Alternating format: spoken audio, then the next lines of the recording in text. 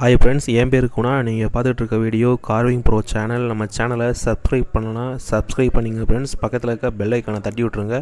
அப்போ தான் நான் போடுற வீடியோ உங்கள் நோட்டிஃபிகேஷனில் வந்து சேர்ந்துடும் ஃப்ரெண்ட்ஸ். வாங்க ஃப்ரெண்ட்ஸ், வீடியோக்குள்ளே போகலாம்.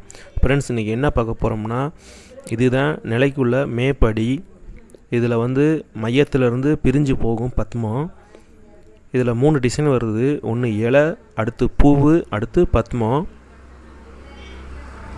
இந்த டிசைனை பாருங்கள், எப்படி இருக்குன்னு சொல்லுங்கள். இது 3 அடுக்கு டிசைனு.